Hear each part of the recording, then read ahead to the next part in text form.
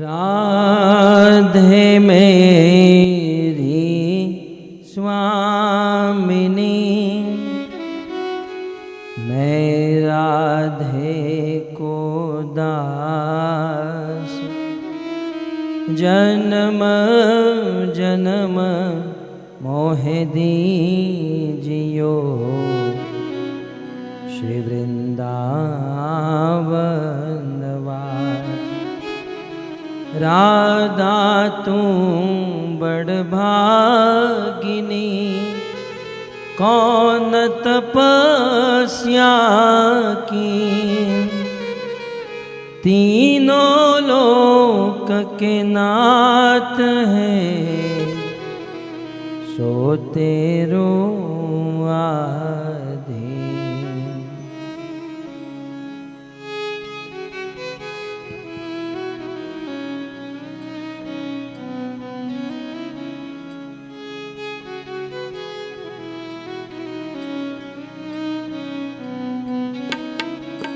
जय राधा माधव कुंज बिहारी, जय राधा माधव कुंज बिहारी, जय राधा माधव कुंज बिहारी, जय राधा गोविंद गोपाल नंद लाल, राधे गोविंद गोविंद गोपाल नंद लाल, कृष्ण गोविंद गोविंद गोपाल नंद लाल, राधे गोविंद गोविंद गोपाल नंद लाल, गोपाल नंद लाल, गोपाल नंद लाल, गोपाल नंद लाल, गोपाल नंद लाल, गोपाल नंद लाल, गोपाल नंद लाल, गोपाल नंद लाल, गोपाल नंद लाल, गोपाल नंद लाल, गोपाल नंद लाल, गोपाल नंद लाल, गोपाल नंद लाल, गोपाल नंद लाल, कृष्ण गोविंद गोविंद गोपाल नंद लाल, राधे गोविंद गोविंद गोपाल नंद लाल, कृष्ण गोविंद गोविंद गोपाल नंद लाल, राधे गोविंद गोविंद गोपाल नंद लाल, गोपाल नंद लाल, गोपाल नंद लाल, गोपाल नंद लाल, गोपाल नंद लाल, गोपाल नंद लाल, गोपाल नंद लाल, गोपाल नंद लाल, गोपाल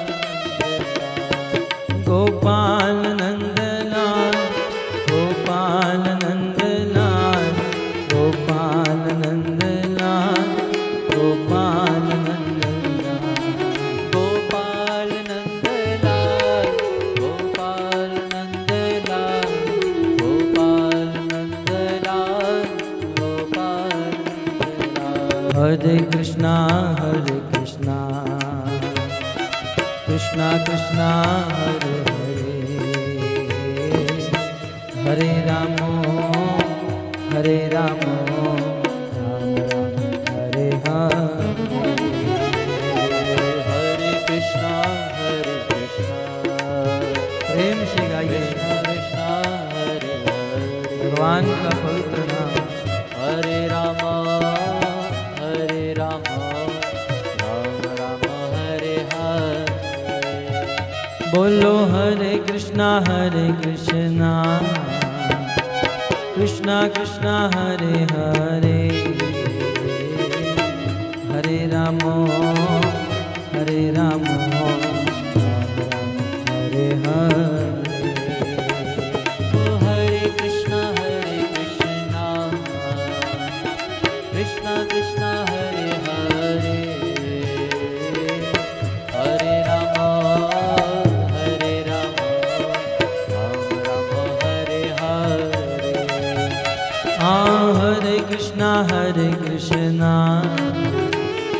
कृष्णा कृष्णा हरे हरे, हरे रामो हरे रामो हरे हरे। हरे कृष्णा कृष्णा कृष्णा हरे हरे,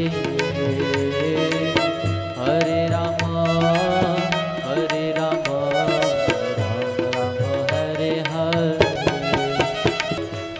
नाम महाधन है अपनो, नहीं दूसरी संपत्ति और कमाने। नाम महाधन है अपनो, नहीं दूसरी संपत्ति और कमानी। छोड़ यटा जग की, हमको कुटिया ब्रज माही बनानी। हमको कुटिया ब्रज माही बनानी, हमको कुटिया ब्रज माही बनानी। हमको कुटिया ब्रज माही बनानी। टूक मिले रसिकों की सदा, और पीबन को यमुना जल पानी। टूक मिले रसिकों की सदा, और पीबन को यमुना जल पानी। हमें और न की परवाह नहीं, अपने ठकुरानी श्री राधिका रानी। अपनी ठकुरानी श्री राधिका रानी, अपनी ठकुरानी श्री राधिका रानी। अपनी ठकुरानी श्री राधिका रानी, अपनी ठकुरानी श्री राधिका रानी। अपनी ठकुरानी श्री राधिका रानी। हम राधा श्याम सुंदर, राधा श्याम सुंदर, राधा श्याम सुंदर राधे। राधा श्याम सुंदर, राधा श्याम सुंदर, राधा श्याम सुंदर राधे। राधा श्याम सुंदर, राधा श्याम सुंदर, राधा श्याम सुंदर राधे। राधा श्याम सुंदर, राधा श्याम सुंदर, राधा श्याम सुंदर राधे। कृष्ण बलराम, कृष्ण बलराम, कृष्ण बलराम, जय कृष्ण बलराम। कृष्ण बलराम, कृष्ण बलराम, कृष्ण बलराम, जय कृष्ण बलराम। कृष्ण बलराम, कृष्ण बलराम, कृष्ण बलराम, जय कृष्ण बलराम। कृष्ण बलराम, कृष्ण बलराम, कृष्ण बलराम, जय कृष्ण बलराम। हम गौरनिताय जय गौरनिताय, गौरनिताय जय गौरनिताय। गौरनिताय जय गौरनिताय, गौरनिताय जय गौरनिताय। प्रभुपद प्रभुपद प्रभुपद शिल प्रभुपद। प्रभुपद प्रभुपद प्रभुपद शिल प्रभुपद। जय प्रभुपद प्रभुपद प्रभुपद शिल प्रभुपद। प्रभुपद प्रभुपद प्रभुपद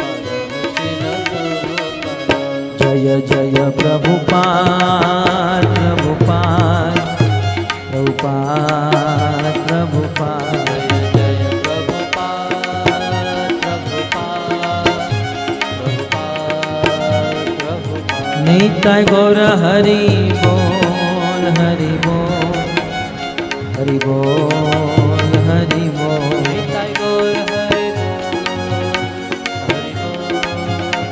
हरि बोल हरि बोल। युग धर्म हरिनाम संकीर्तन की ग्रंथराज श्रीमद् भागवत महापुराण की श्रील प्रभुपाद की निताई गौर प्रेमानंद हरि हरि बोल।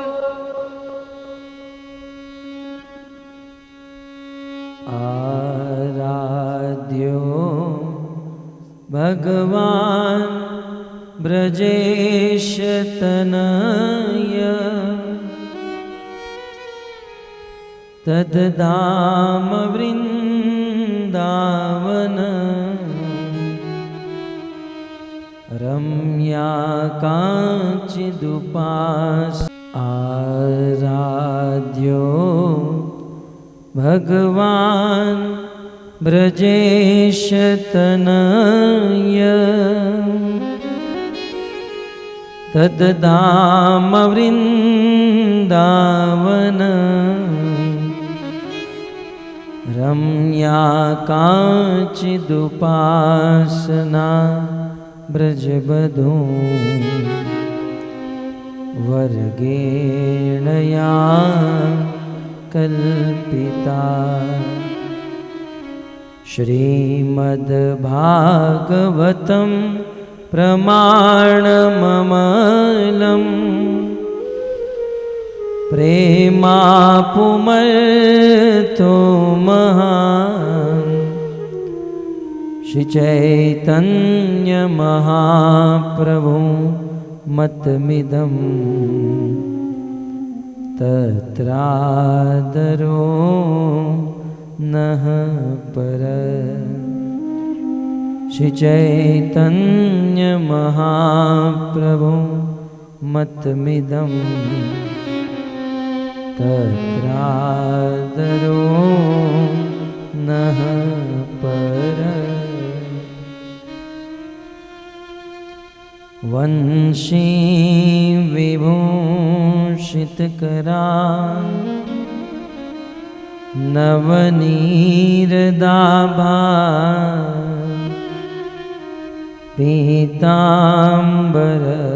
पीताम्बरधरुणबिं बफलधरोष्ठा पूर्णेन्दुसुन्दरमुखा अरविन्दनेत्रा कृष्णात् परं किमपि तत्त्व अहं न जाने योऽन्तः प्रविश्य मम वाचमिमां प्रसुप्तां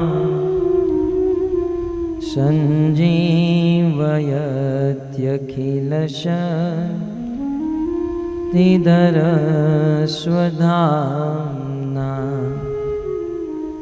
अन्यांशहस्तचरण श्रवणत्वगादि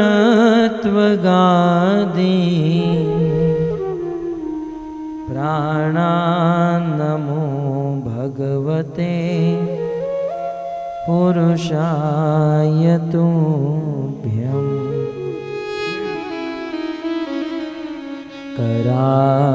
करारविन्दे न पदारविन्दम् मुखारविन्दे विनिवेशयन्तम् वटस्य पत्रस्य पुटेशयानं बालं मुकुन्दं मनसा स्मरामि श्री कृष्ण गोविंद हरे मुरारे नाथ नारायण वासुदेव जिहवे पिबत्स्वा मृत में तदेव गोविंद दामोदर माधवे। श्री कृष्णचंद्र भगवान की जय, शील प्रभुपाद की जय। आप सब भक्तों का श्रीमद् भागवत कथा के तृतीय दिवसीय द्वितीय सत्र में हार्दिक स्वागत करते हैं। परम सौभाग्य है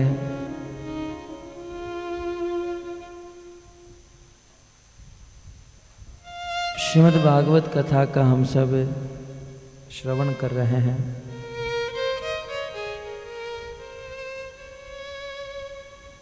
शौनक जी की जिज्ञासा है, महाराज परीक्षित के विषय में सुनाइए।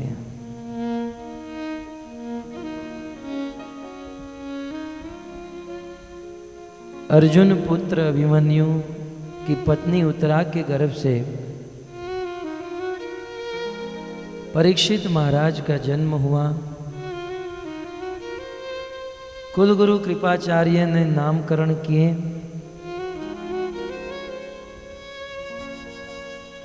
उनकी भविष्यवाणी बताई। धीरे धीरे समय बीतता गया। युधिष्ठिर महाराज ने देखा कृष्ण के हस्तिनापुर से द्वारिका गए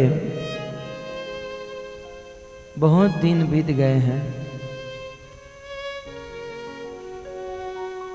पहले के जमाने में कोई मोबाइल फोन या कोई ऐसी व्यवस्था नहीं थी कि फोन करके पूछा जाए आप कैसे हो, ठीक हो। युधिष्ठिर महाराज ने अर्जुन को भेजा, अर्जुन आप द्वारिका जाओ और कृष्ण की खबर लेकर आओ। अर्जुन द्वारिका गए हैं, परंतु जैसे ही द्वारिका पहुंचे द्वारिका नगरी शोक में मग्न थी, क्योंकि भगवान श्री कृष्ण द्वारिका छोड़कर अपने निज धाम अपने नित्य लीला में वापस सिधारे। और उस समय अर्जुन वहां से वापस लौटे। यहां युधिष्ठिर महाराज देख रहे हैं उनके राज्य में अनेकों प्रकार के अपशुकन होने लगे। अर्जुन द्वारिका गए हैं, 8 महीने बीत गए और जब तक अर्जुन वापस आए तब तक यहां युधिष्ठिर महाराज को अपशुकन होने लगे थे। युधिष्ठिर महाराज का वाम अंग फरकने लगा। युधिष्ठिर महाराज का हृदय कांपने लगा। उनके राज्य के कुत्ते उनके सामने देखकर रोने लगे। खून की बारिश होने लगी। युधिष्ठिर महाराज के राज्य में भूकंप होने लगा और उनके राज्य की मूर्तियों की आंखों से अश्रु निकलने लगे। समझ गए कुछ अनिश्चित हुआ है, कुछ बुरा हुआ है। वे जानना चाहते थे। तब तक तो अर्जुन द्वारिका से वापस लौटे। युधिष्ठिर महाराज ने पूछा, बताओ अर्जुन क्या हुआ? अर्जुन ने कहा, भैया अनर्थ हो गया। क्या हुआ अर्जुन? बोले, हमारे प्राण प्रिय कृष्ण हम सबको छोड़कर चले गए हैं। अब इस भौतिक संसार में नहीं रहे। कृष्ण अपने धाम में वापस चले गए हैं।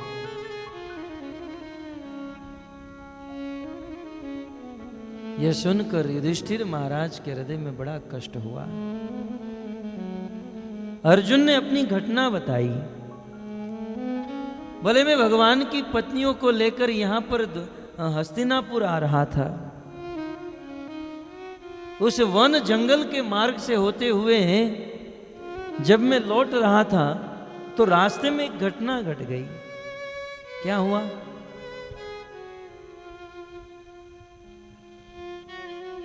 उस वन के मार्ग में कुछ कोल भील के बच्चे मिल गए और उनके साथ युद्ध हो गया।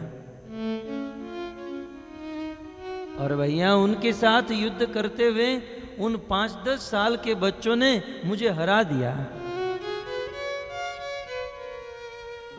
मुझे हरा दिया, एक पेड़ से बांध दिया।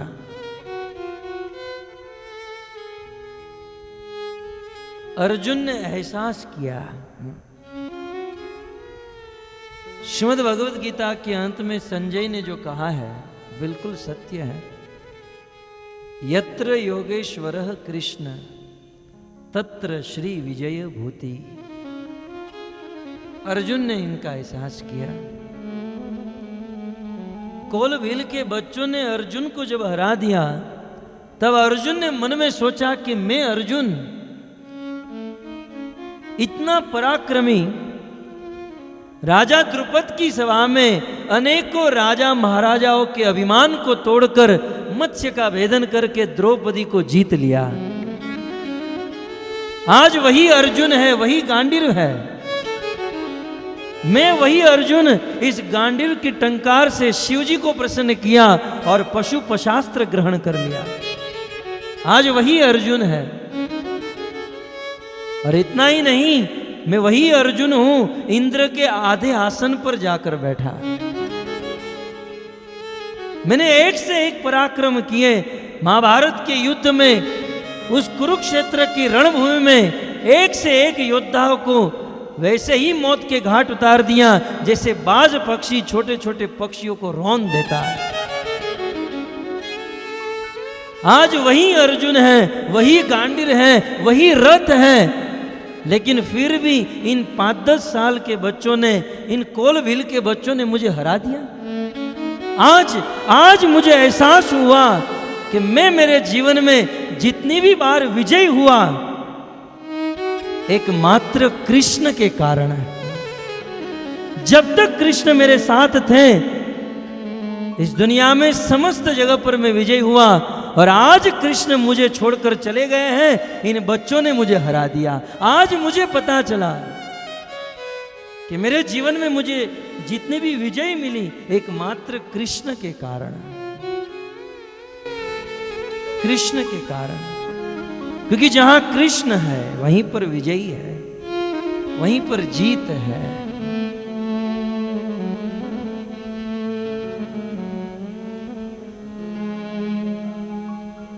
अर्जुन ने अफसोस करते हुए कहा, कृष्ण हमें छोड़कर चले गए हैं। तुरंत युधिष्ठिर महाराज ने निर्णय ले लिया, यदि कृष्ण हमें छोड़कर चले गए हैं तो इस भूमि पर रहने से क्या लाभ है। जरु जाओ सुजीवन जानकी नाथ, जिए जग में तुम रो बिनु भय।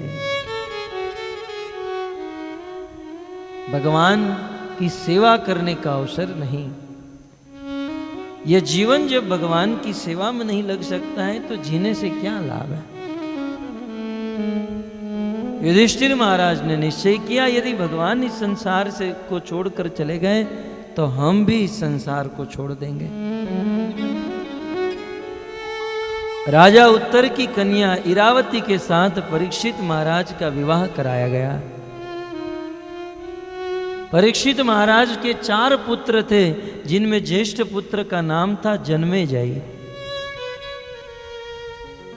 परीक्षित को राज तिलक करके हस्तिनापुर का राजा घोषित करके युधिष्ठिर महाराज अपने राज्य को छोड़कर निकल गए। भीम ने कहा हम भी साथ चलेंगे। नकुल, सहदेव, अर्जुन, पांचों पांडव, द्रौपदी हस्तिनापुर से हरिद्वार, हरिद्वार से हिमालय स्वर्गारोहण करते हुए भगवत धाम को प्राप्त हुए। पांडवों की कथा समाप्त हुई। श्री सुखदेव गोस्वामी महाराज परीक्षित की कथा सुनाते हैं। महाराज परीक्षित इस दुनिया के राजा हुए, चक्रवर्ती सम्राट थे। इतने सुंदर धर्मात्मा राजा थे। महाराज परीक्षित के राज्य का वर्णन है भक्तों। इस संसार में दो राज्य हुए, एक राम राज्य और एक परीक्षित राज्य। जितनी भी प्रजाएं थी सब लोग सुखी थे, प्रसन्न थे। आज भी लोग राम राज्य की कल्पना करते हैं, इच्छा करते हैं। दैविक देहिक भौतिक तापा, राम राज्य काहू नहीं व्यापा। भगवान रामचंद्र के राज्य में, महाराज परीक्षित के राज्य में किसी भी प्रकार का ताप नहीं था, किसी भी प्रकार का दुख नहीं था। दैविक देहिक भौतिक किसी भी प्रकार का क्लेश नहीं। महाराज परीक्षित के राज्य के किसान इंद्र को आदेश देते थे, मेरे खेत में इतने समय में इतनी ही बारिश होनी चाहिए, उनके खेत में उतने समय में उतनी ही बारिश हुआ करती थी। समुद्र रत्न के भंडार किनारे पर लाकर छोड़ देते थे, मात्र लेकर पहनने की आवश्यकता थी। किसी को कोई रोग नहीं, कोई बीमारी नहीं।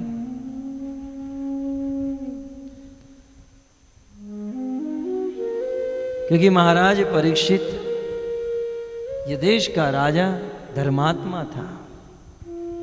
श्रील प्रभुपाद कहते हैं आज लोग राम राज्य लाना चाहते हैं। आज भी राम राज्य आ सकता है, लेकिन देश के राजा को गले में कंठी, हाथ में माला लेनी होगी। क्योंकि जब तक राजा धर्म का आचरण नहीं करेगा, प्रजा कैसे करेगी?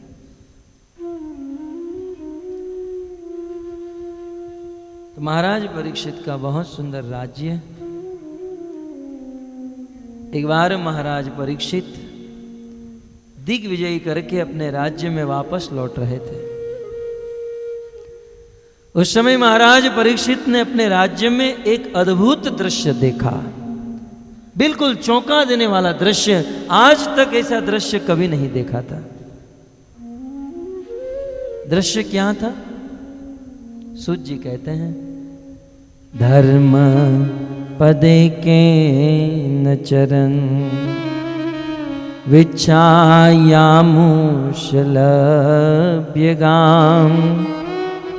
पृच्छति स्म श्रुवदनाम विवत्सामिव मातरम विवत्सामिव मातरम। महाराज परीक्षित दिग्विजय करके वापस लौट रहे थे, अपने रथ पर सवार हैं, और उस समय उन्होंने अपने राज्य में यह दृश्य देखा। धर्म पदे केन चरण, एक सांड, एक बैल, किसी ने उनके 3 पांव काट दिए थे और एक पांव पर खड़ा था, मात्र एक चरण पर खड़ा था। और उनके बाजू में एक गाय खड़ी थी और उस गाय की आंखों से अजस अविरत अश्रु की धारा बह रही थी, रो रही थी। इस दृश्य को देखकर महाराज परीक्षित चौंक गए, क्योंकि आज तक महाराज परीक्षित के राज्य में किसी ने एक मच्छर को भी नहीं मारा था, और आज इस बैल के 3 पांव किसी ने काट दिए। चौंक गए, तुरंत रथ से नीचे उतरे और उस बैल को कहने लगे, बताओ बताओ किसने आपके इन 3 चरण को काटा है? बैल कुछ नहीं बोला। महाराज परीक्षित बार बार पूछने लगे, बताओ किसने आपके चरण को काटा? यदि बोल नहीं सकते तो इशारा कर दो, तुरंत उसको मौत के घाट उतार दूंगा। जब बार बार महाराज परीक्षित ने पूछा, तब उस बैल ने मनुष्य भाषा में उत्तर दिया,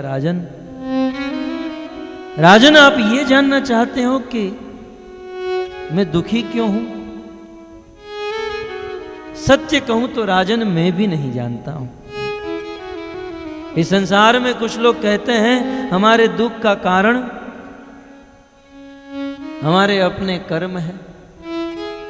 कुछ लोग कहते हैं दुख का कारण ये देवतागण है। कुछ लोग कहते हैं दुख का कारण समाज है।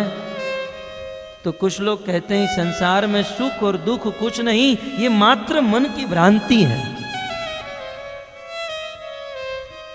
मैं खुद नहीं जानता हूं मेरे इन कष्ट का कारण क्या है। आप तो राजा हो, और राजा तो बहुत बुद्धिमान होते हैं। अब महाराज आप ही बताइए मेरे दुख का कारण क्या है? जब इतना ही सुनना था, महाराज परीक्षित तुरंत समझ गए कि इस सांड के मुख से, इस बैल के मुख से इतने बड़े धर्म की बात, इतने बड़े तत्व की बात निकल रही है। कोई साधारण पशु नहीं है, लगता है ये पशु के रूप में साक्षात धर्म है। क्योंकि भक्तों ये धर्म का सिद्धांत है। इस संसार में जो आदमी गलत काम करता है उसे तो पाप लगता ही है, लेकिन गलत काम करने वाले का कोई नाम भी ले लेता है तो उसे भी उतना ही पाप लगता है। विचार कीजिए भक्तों, सुबह से शाम तक न जाने हम लोग ऐसे कितने लोगों का नाम लेते हैं और कितने लोगों का पाप हमारे सिर पर चढ़ा देते हैं। जो गलत है वो तो है, और गलत कर्म करने वाले को पाप लगेगा, लेकिन उनकी निंदा, उनकी चर्चा करने वाले को उतना ही पाप लगेगा। ये हमारे जीवन का प्रकट दृष्टांत है।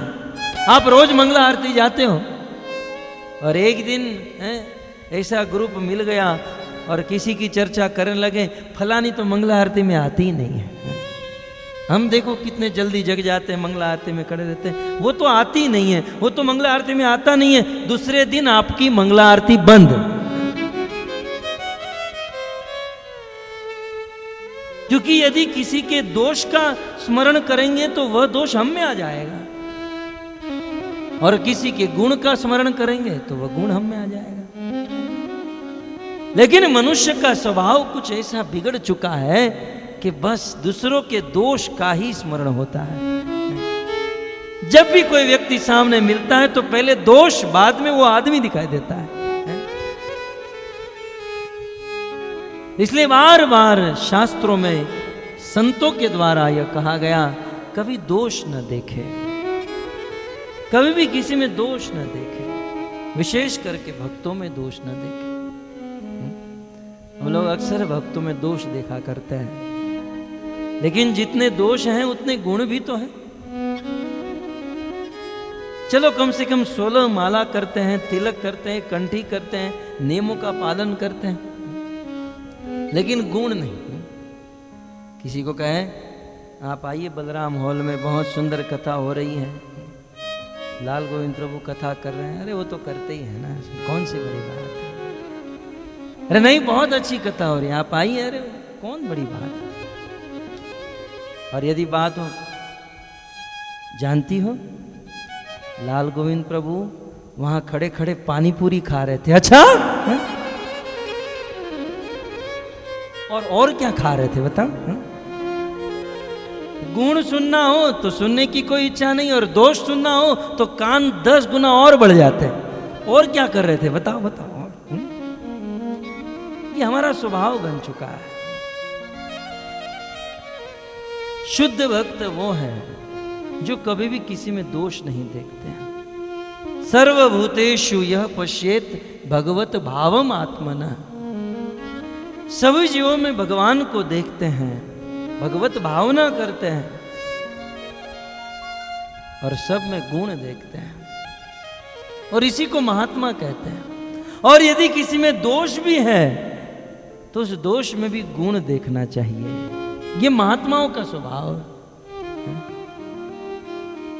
चैतन्य महाप्रभु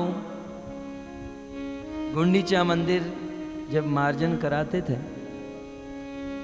जगन्नाथ रथ यात्रा के अगले दिन पाड़ीछा पात्र से 100 झाड़ू मंगाए। भक्तों को पता नहीं चला ये झाड़ू क्यों मंगा रहे हैं। अचानक 100 झाड़ू मंगाए। आज तक ऐसी कोई लीला नहीं। मटके भी मंगाए। दूसरे दिन चैतन्य महाप्रभु ने सबको मंगला आरती में जगाया, सबके मस्तक पर चंदन लगाया, एक एक हार पहनाया और सबके हाथों में झाड़ू दे दिया और कीर्तन करते हुए चलने लगे। सब लोग हाथ में झाड़ू लेकर कीर्तन करने गए। करते करते गुंडीचा मंदिर में 1 वर्ष तक वो मंदिर बंद रहता है और जगन्नाथ जी वहां पर 10 दिन तक रहने वाले हैं। अतः महाप्रभु ने अपने भक्तों को कहा कि अब हम इस झाड़ू से मंदिर साफ करेंगे। तो सब लोग झाड़ू से मंदिर साफ करने लगते थे। कुछ लोग मेरे जैसे थे, आलसी। वो मंदिर साफ करने में कोई इंटरेस्ट नहीं था, कोने में बैठकर सो जाते थे। चैतन्य महाप्रभु देखते थे कि अन्य सब लोग झाड़ू मार रहे हैं, कुछ लोग ऐसे हैं तो जो ठीक से झाड़ू नहीं लगा रहे हैं। तो महाप्रभु उनके पास जाकर डांटते नहीं थे। महाप्रभु दोनों हाथ जोड़कर उनके पास जाते थे, कहते थे वाह आप कितना सुंदर झाड़ू मार रहे हैं। मैं तो ऐसा सोचता हूं कि आपको ये झाड़ू कैसे मारना चाहिए उसका क्लास खोलना चाहिए। एक ट्यूटोरियल क्लास खोल दीजिए ताकि पता चले लोगों को झाड़ू कैसे मारा जाए। कितना सुंदर झाड़ू मारते हैं, कितना अद्भुत झाड़ू। आप एक काम कीजिए, आप दूसरों को भी सिखाइए झाड़ू कैसा मारना चाहिए। उस आदमी को इतनी लज्जा आ जाती थी, भूमि फट जाए तो अंदर समा जाऊं, और वे झाड़ू ठीक से मारने लगता था। दोष में भी गुण। जो महात्मा होते हैं वो किसी के दोष में भी गुण देखते हैं। अब एक गुरु महाराज की घटना याद आ रही है। हमारे गुरु महाराज परम पूज्य राधा गोविंद गोस्वामी महाराज कई बार बहुत वर्ष पहले वो लीला करते थे, ड्रामा करते थे, और अचानक ड्रामा होता था, सब पात्र खड़े हो जाते थे। तो एक बार इनको ड्रामा करना था तो सब लोग पात्र चुने, ये बनेंगे, ये बनेंगे, ये बनेंगे। राधा गोविंद महाराज का पात्र आया काजी का। काजी उद्धार की लीला थी और राधा गोविंद महाराज को काजी बनाया गया और पहले से बताया गया कि देखो काजी की कथा आप जानते ना, वो मृदंग फोड़ दिया था, महाप्रभु बिल्कुल क्रोधित हो गए थे। तो महाप्रभु को बिल्कुल सीरियस रहना है और ये सब लोग मिलकर जितने भी भक्त हैं, महाप्रभु हाथ में मशाल लेकर सभी भक्तों के साथ नारा लगाते हुए काजी के पास जाएंगे और काजी के साथ संवाद होगा। तो इस प्रकार से की स्क्रिप्ट थी। और उस समय राधा कृष्ण प्रभु जो है बिहार के, वो चैतन्य महाप्रभु का रोल कर रहे थे और उनको कहा गया कि सीरियस रहना है, क्योंकि उस समय महाप्रभु बड़े सीरियस थे। तो हाथ में मशाल लेकर सब लोग निकल पड़े, मारो काजी पाजी को, मारो काजी पाजी को। सब लोग नारा लगाते हुए चलने लगे और चलते चलते आए काजी के द्वार पर। और उस समय महाराज जी बिल्कुल मेकअप करके मूछ बनाकर काजी का लेकर, काजी बाहर निकल, कहां छुप कर बैठा है। जब इस प्रकार से कहा तो राधा गोविंद महाराज काजी का रोल करके पूरा मेकअप करके जब बाहर आए तो ऑडियंस तो हंसने लगे, लेकिन महाप्रभु भी हंसने लगे। अब स्क्रिप्ट के अनुसार उनको पूरा सीरियस रहना है, क्योंकि वो डिबेट करने के लिए आए थे, लेकिन वो हंस पड़े। अब स्टोरी में तो गलती हो गई कि जिनको सीरियस रहना था वो हंस पड़ा, लेकिन देखो किसी के दोष में भी गुण कैसे। चैतन्य महाप्रभु हंस पड़े और उस समय राधा गोविंद महाराज ने पूरी स्क्रिप्ट को बदल दिया। और कैसे क्या किया? बोले महाप्रभु, मेरे हृदय में इतना भय था कि मेरी हिम्मत नहीं हो रही थी कि मैं बाहर निकलूं, लेकिन आपके चेहरे की मंद मंद मुस्कान देखकर बाहर निकलने का साहस हो गया। दोष में भी गुण। और कोई कलाकार होता तो खुद खड़े खड़े डांट देता, बोले हंस क्या रहा है। खैर ये तो एक याद आ गई घटना। किसी में दोष नहीं देखने चाहिए। यदि हम किसी के दोष देखते हैं तो वह दोष हम में आ जाते हैं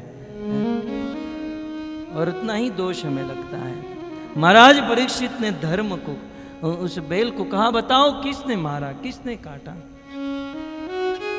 और जब उन्होंने यह धर्म की बात की, परीक्षित समझ गए कि वो कोई साधारण पशु नहीं है, साक्षात धर्म है। और धर्म के 3 चरण किसी ने काट दिए। महाराज परीक्षित यहां वहां दृष्टि करने लगे तो उस समय साक्षात कलयुग राजा का रूप लेकर वहां खड़ा था और उनके हाथ में तलवार थी और उससे खून टपक रहा था। तुरंत महाराज परीक्षित समझ गए कि इस कलयुग ने ही इनके 3 चरण काटे हैं। महाराज परीक्षित दौड़ कर गए, म्यान से तलवार को निकाले और जैसे ही कलयुग को मारने गए, कलयुग समझ गया कि अब मैं मरने वाला हूं। अपनी जान बचाने के लिए कलयुग महाराज परीक्षित के चरणों में गिर गया, शरणागत हो गया। बोले महाराज क्षमा कीजिए। अब शरण में आए हुए व्यक्ति को जीवन दान देना यह क्षत्रिय का धर्म है। महाराज परीक्षित ने कहा कि क्योंकि शरण में आए हो इसलिए जीवित छोड़ रहा हूं, लेकिन जहां तक मेरा राज्य है उस राज्य को छोड़कर चले जाओ। आज के बाद मेरे राज्य में मत दिखना। तब उस राजा का वेश धारण किए हुए कलयुग ने कहा कि महाराज आपका राज्य तो पूरी पृथ्वी पर छाया हुआ है, प्रभु इस पृथ्वी को छोड़कर कहां जाऊं, इस पृथ्वी में कहीं तो आप मुझे स्थान दे दीजिए। जब कलयुग ने महाराज परीक्षित को रहने के लिए स्थान मांगे तब महाराज परीक्षित ने सर्वप्रथम कलयुग को 4 जगह पर स्थान दिया। अभ्यर्थी तत्तदा तस्मै स्थानानि कलये ददो धूतं पानं स्त्रियः सूना यत्र अधर्म चतुर्विधा यत्र अधर्म चतुर्विधा।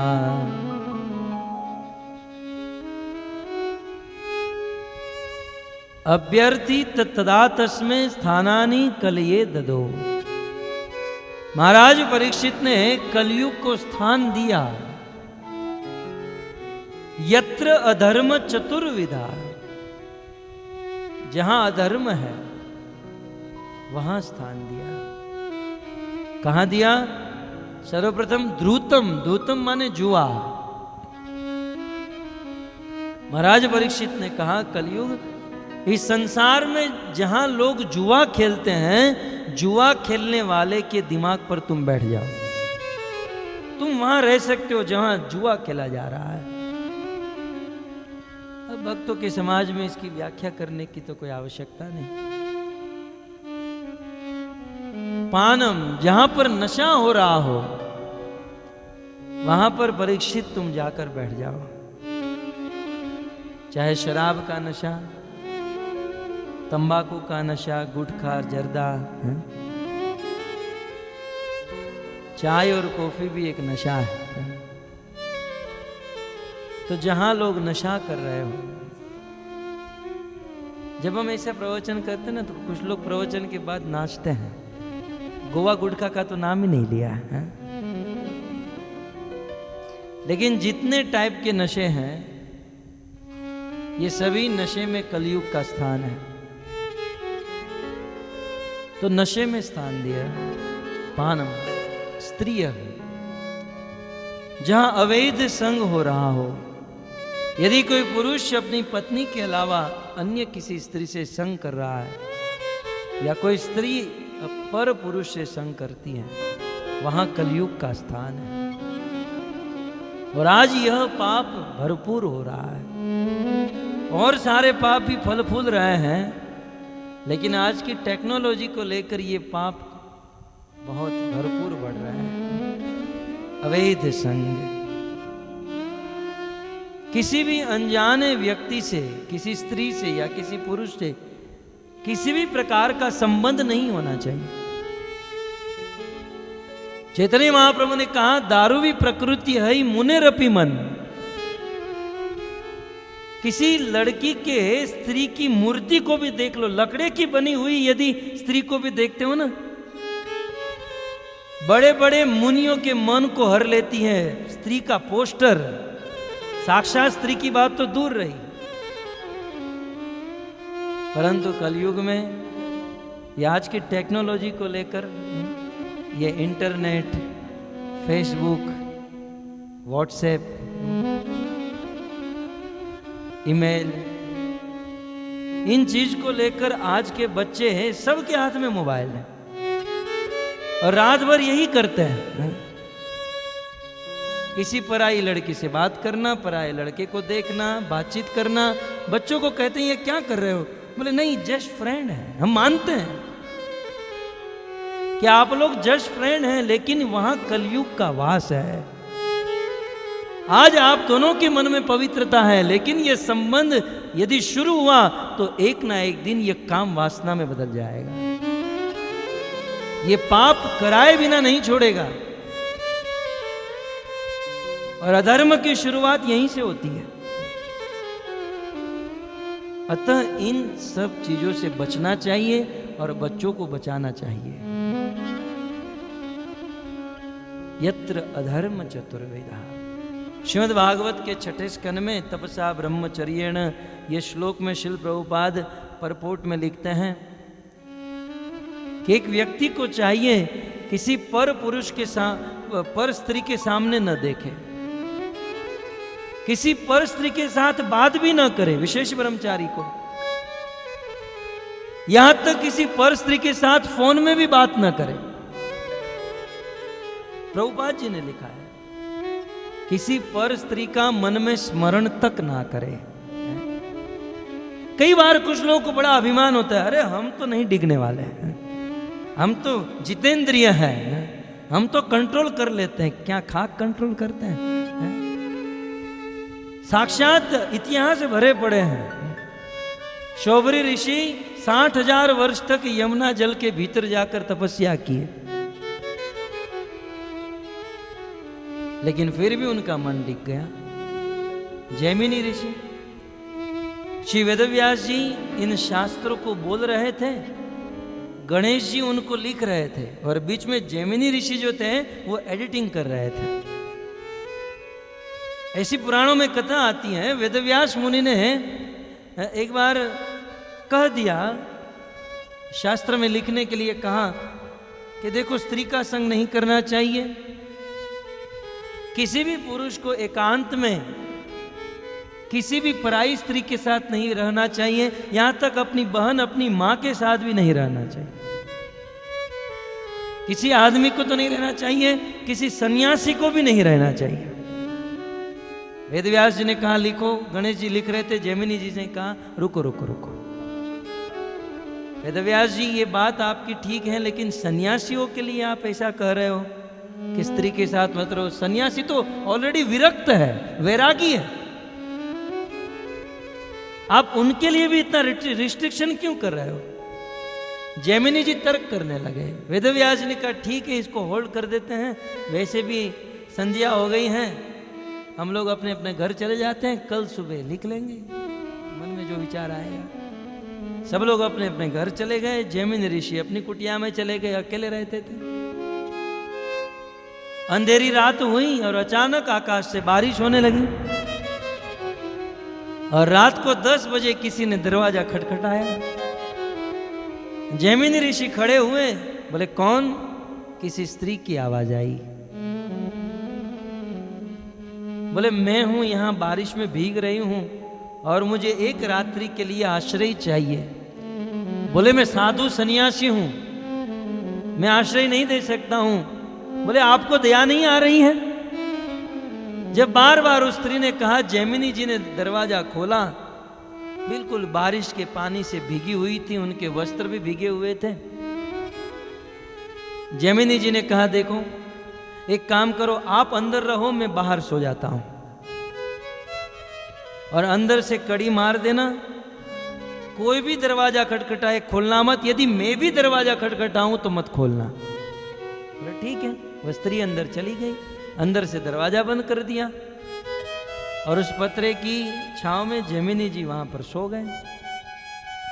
लेकिन वो भीगे हुए वस्त्र का जो दृश्य देखा था उनके दिमाग में फिट हो गया।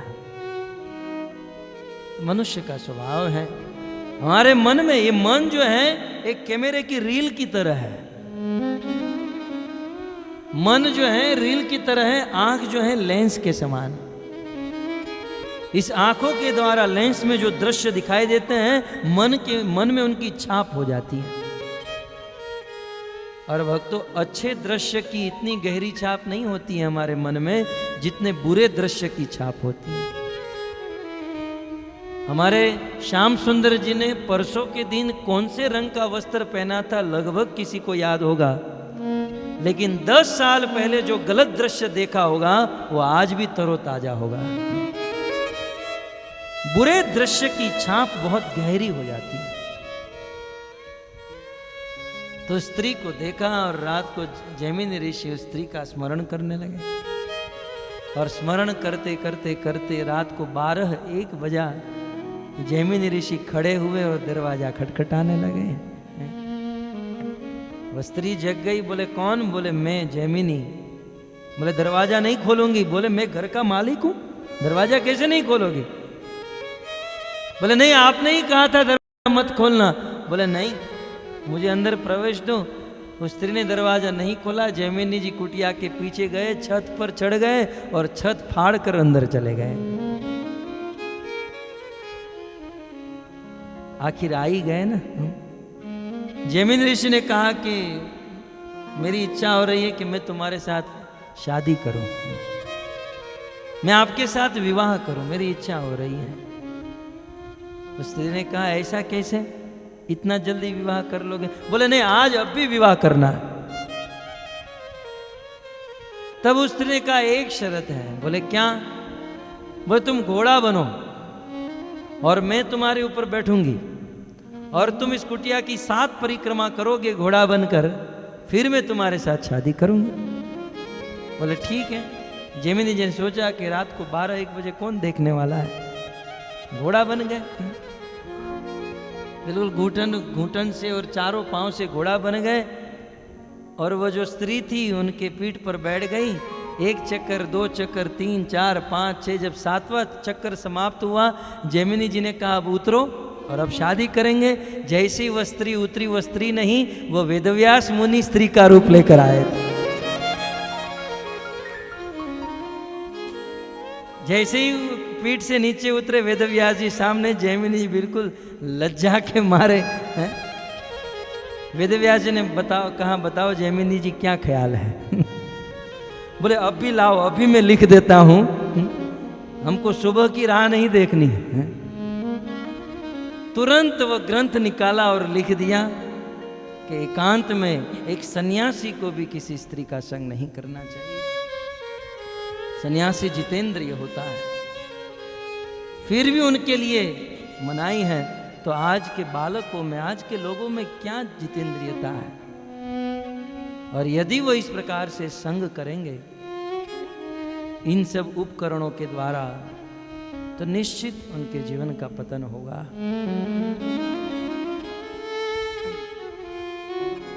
दूतम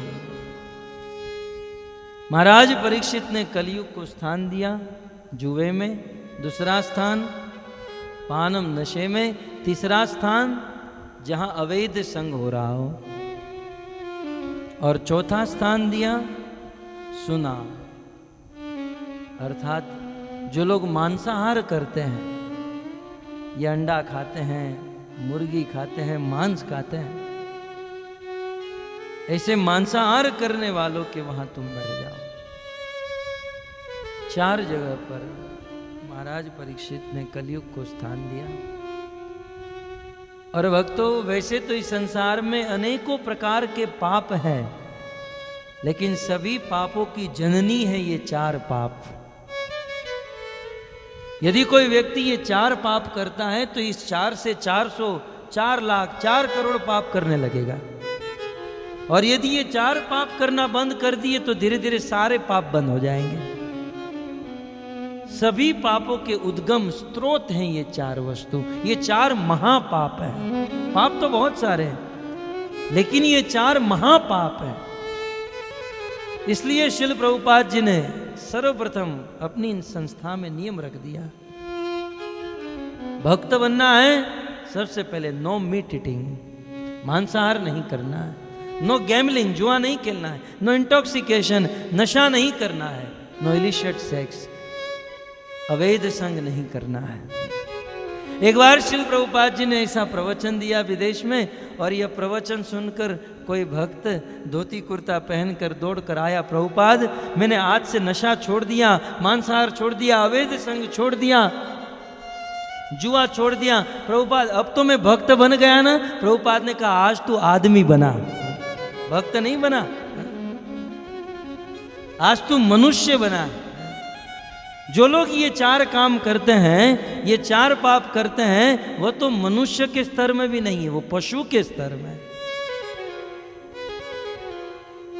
और मैं तो कहता हूं भक्तों, हम देखते हैं वर्तमान के समय में मानव समाज में बहुत दुख है, बहुत क्लेश है। इसका कारण यही है कि आज का मानव अपनी मर्यादा तोड़ रहा है। भगवान की बनाई हुई इस सृष्टि में सब लोग अपनी अपनी मर्यादा में हैं, लेकिन आज का मनुष्य अपनी मर्यादा को तोड़ रहा है, भूल रहा है। श्री प्रभुपाद जी कहते हैं, गाय को घास खाने के लिए बनाया, गाय घास ही खाती है, मांस नहीं खाती है। आपने कभी देखा कि गाय कहीं मांस खा रही थी? नहीं।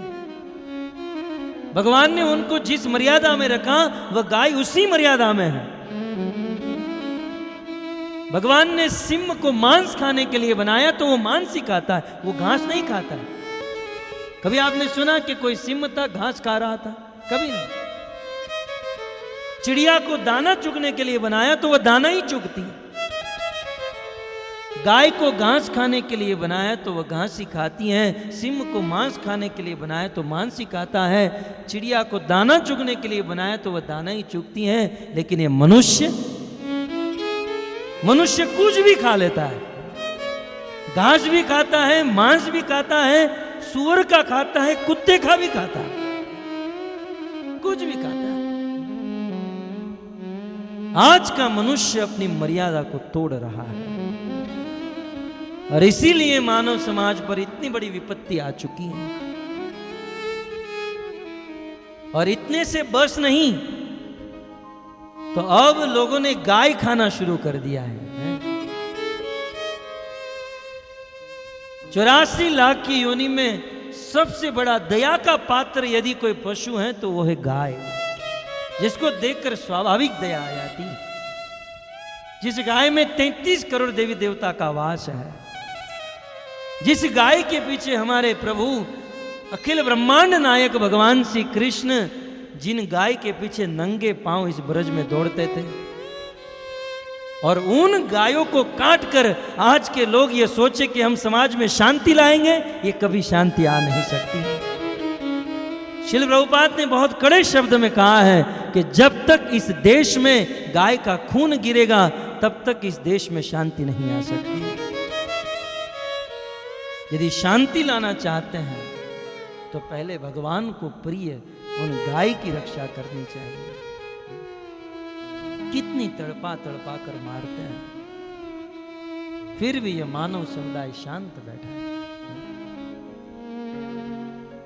जिस गाय का हम दूध पीते हैं, वेदों में मनुष्य की 7 माता गिनाई गई हैं। उनमें से एक है गाय माता। जन्म देने वाली मां 2, 3 या 5 साल तक दूध पिलाती है, लेकिन उसके बाद तो हम गाय का दूध पीकर ही बड़ा होते हैं। ऐसी गाय के ऊपर इतनी बड़ी आपत्ति है, कसाई खाने में लेकर है। हृदय में बड़ा कष्ट हुआ कि वृंदावन जैसे धाम में गाय की हालत कैसी है,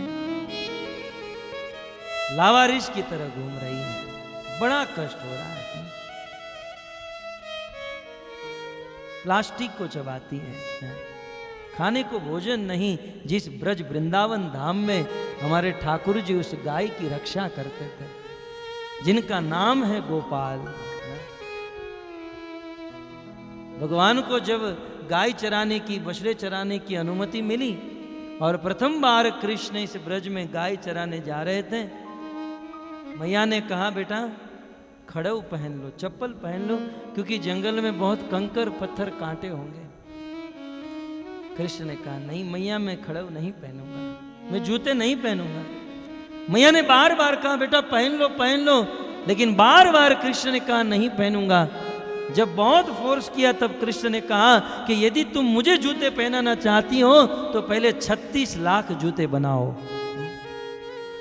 क्योंकि मैं गोपाल हूं, गाय का सेवक हूं। जब तक मालिक के पांव में चप्पल नहीं तो सेवक कैसे चप्पल पहन सकता है? इतना प्रेम था भगवान को इन गायों से।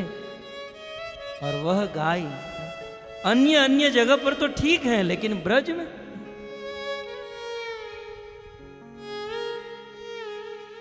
गाय की यह स्थिति है।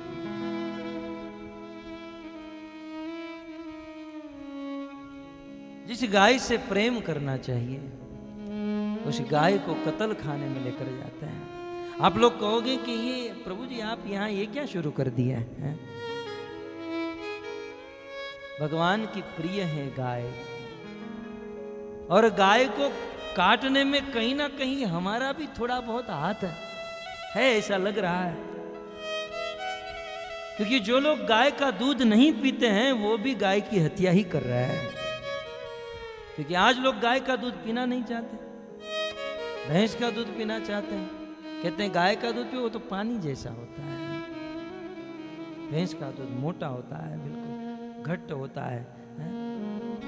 गाय का दूध नहीं पीते। आज मार्केट में गाय के दूध की वैल्यू नहीं है, इसलिए गाय की भी वैल्यू नहीं है। और गाय की वैल्यू नहीं होने के कारण गाय कत्ल खाने में जा रही है, और उस कत्ल खाने में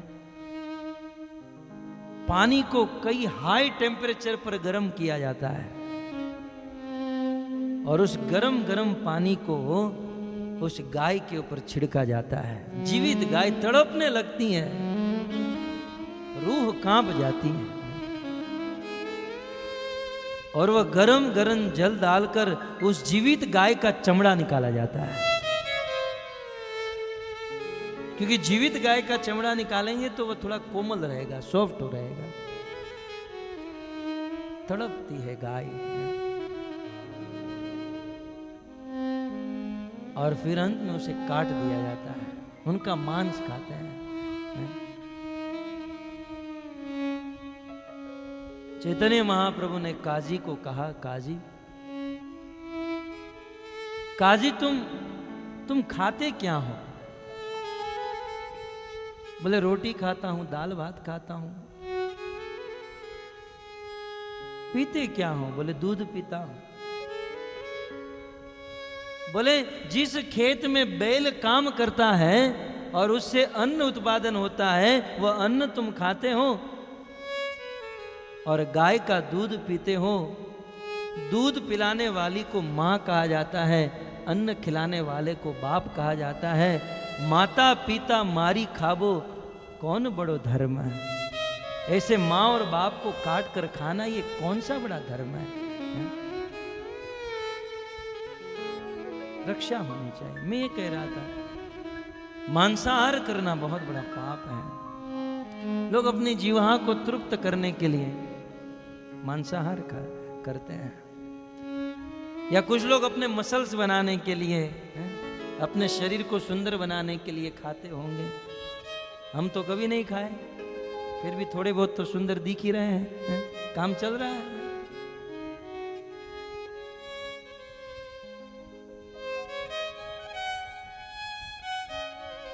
गाय की रक्षा होनी चाहिए। तो कहते हैं दूतम पानम स्त्रियम सुना यत्र अधर्म चतुर्विधा। 4 जगह पर महाराज परीक्षित ने कलयुग को स्थान दिया, और महाराज परीक्षित के राज्य में जब ये चारों कार्य नहीं हो रहे थे, कलयुग गए और देखा कि ये 4 काम इनके राज्य में हो ही नहीं रहा है। तब वो वापस आया, बोले महाराज आपके राज्य में कोई जुआ नहीं खेल रहा है, किसी को तो कहो जुआ खेले, तब मैं वहां पर रहूं ना। कोई शराब नहीं पी रहा है, कोई नशा नहीं कर रहा है। तब महाराज परीक्षित ने जात रूपम, धन में या सोने में स्थान दिया। तो इस प्रकार इन सब दोषों से बचना चाहिए और मनुष्य को अपनी मर्यादा में रहना चाहिए। एक बहुत बड़ा प्रश्न उठाया गया कि महाराज परीक्षित जानते थे कलयुग में बहुत दोष है। कलेर दोषे निधे राजन, कलयुग दोषों का सागर है, और महाराज परीक्षित चाहते हैं तो कलयुग को मार सकते थे। भक्तों ये सत्य बात है। महाराज परीक्षित यदि चाहते तो हम लोग अभी कलयुग में नहीं, हम सतयुग में होते और बड़ा आनंद होता। लेकिन महाराज परीक्षित ने फिर भी कलयुग का स्वागत क्यों किया? महाराज परीक्षित ने कलयुग को अपने राज्य में प्रवेश क्यों दिया? कलेर दोषे निधे राजन अस्ति एक महान गुण। महाराज परीक्षित ने देखा कि कलयुग में अनेकों दोष है। जैसे समुद्र में, सागर में पानी ही पानी होता है, वैसे कलयुग में दोष ही दोष है, कदम कदम पर दोष है। लेकिन इस दोषों से भरे हुए कलयुग में महाराज परीक्षित ने एक गुण देख लिया, और वह गुण अन्य तीनों युगों से श्रेष्ठ था। और वह गुण क्या था? कहते हैं कीर्तनात् एव कृष्णस्य मुक्त संग परम व्रजेत।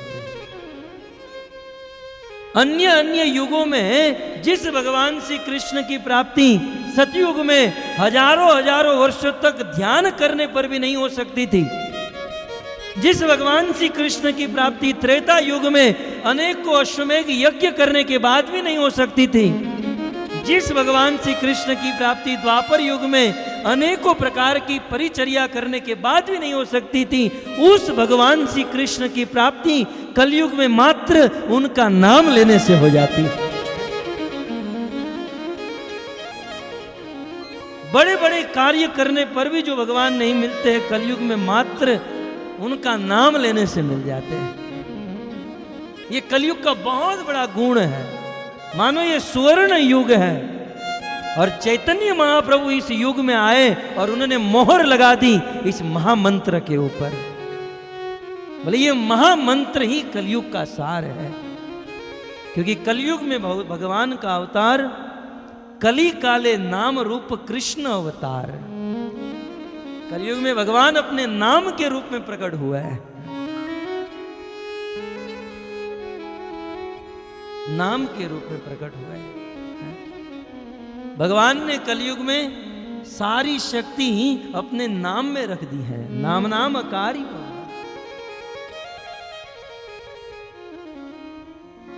इसलिए इस श्रेष्ठ गुण को देखा कि केवल भगवान का नाम लेने से भगवान मिल जाता है। और इसीलिए भागवत में अनेकों लोगों ने, अंत में करभाजन ऋषि ने भी कहा, यज्ञे संकीर्तन प्राय यजंती ही सुमेधस। कलयुग में सबसे बड़ा बुद्धिमान वो है जो संकीर्तन करता है और कीर्तन के द्वारा भगवान को प्राप्त कर लेता है। सुमेधस में वो मेधावी है, वो बुद्धिमान है। आज समाज में पूछा जाए बुद्धिमान कौन, हु इज इंटेलिजेंट, तो तुरंत कहेंगे फलाने के पास इतना ज्यादा पैसा है, उनके पास इतनी बड़ी फैक्ट्री है, वो बुद्धिमान, ये बुद्धिमान। भक्तों, जिसके पास धन संपत्ति है, जो बहुत पैसे कमाता है, वो बुद्धिमान नहीं है, क्योंकि रात दिन मेहनत करके पैसे कमाता है, लेकिन उन पैसों से क्या खरीद सकता है। यदि किसी के पास बहुत बहुत रुपये आ गए, बहुत धन आ गया, वो क्या कमा पाएगा, क्या ले पाएगा। संसार की कोई वस्तु जो कुछ दिन तक चलेगी नष्ट हो जाएगी, क्योंकि जगत नाशवंत है। बताओ, रात दिन गधे और बैल की तरह मेहनत करके इतनी इतनी संपत्ति कमाई, लेकिन फिर भी उससे क्या खरीद सकते हैं, थोड़ी सी नाशवंत वस्तु। लेकिन बुद्धिमान व्यक्ति वो है जो मात्र अपने चमड़े की जीवा को हिलाता है, भगवान का नाम लेकर लक्ष्मी के नाथ भगवान कृष्ण को अपने वश में कर लेता है। लक्ष्मीपति को, सहस्त्र सहस्त्र लक्ष्मी जिनके चरणों में रहती हैं, उस भगवान को ही अपने वश में कर लेता है, केवल थोड़ी सी जीवा को हिला। हरे कृष्णा कृष्णा कृष्णा हरे हरे, हरे राम राम राम हरे हरे, हरे कृष्णा प्रेम से गाइए। कृष्ण कृष्ण हरे हरे, हरे भाव से गाइए। राम राम हरे हरे, हरे कृष्णा कृष्णा कृष्णा हरे हरे, हरे राम राम राम हरे हरे, हरे कृष्ण कृष्ण कृष्ण हरे हरे, हरे राम राम हरे हरे। भाव से, प्रेम से इस महामंत्र को गाइए। इसी महामंत्र को गाकर मारवाड़ की मीराबाई भगवान श्री कृष्ण के पीछे पागल हो गई। इसी महामंत्र को गाकर जूनागढ़ के नरसिंह मेहता भगवान को पा गए।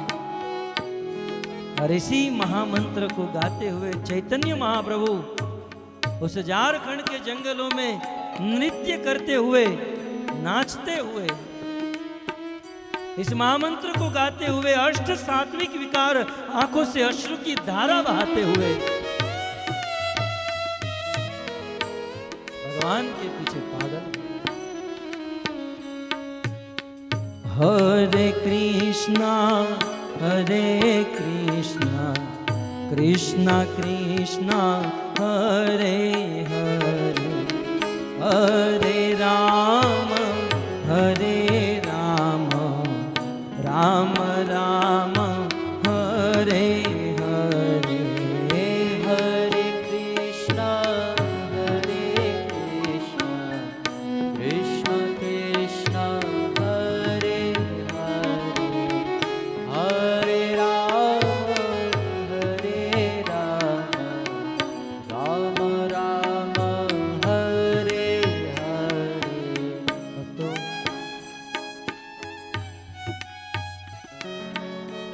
यदि हमारे पड़ोस में कोई आदमी रहता है और यदि वह हमसे रूठ जाए, हमारे सामने भी न देखें, हमसे बात न करें, लेकिन हम उनके द्वार के पास जाकर यदि उनका नाम पुकारे, उनको बुलाने लगे, एक दिन हमारी ओर नहीं देखेगा, 2 दिन नहीं देखेगा, लेकिन बार बार उनके द्वार के पास जाकर यदि हम पुकारने लगे तो एक ना एक दिन तो दरवाजा खोलकर हमें दर्शन अवश्य दे देगा। ठीक उसी प्रकार भगवान के दरबार में आकर यदि हम भगवान के नाम को पुकारते हैं तो भगवान हमारी ओर अवश्य देखते हैं। गुजरात के किसी संत ने कहा, नदे साधजे नाथ जी, साधल याजित संत, आपनु नाम पुकारता धेनु कान धरन।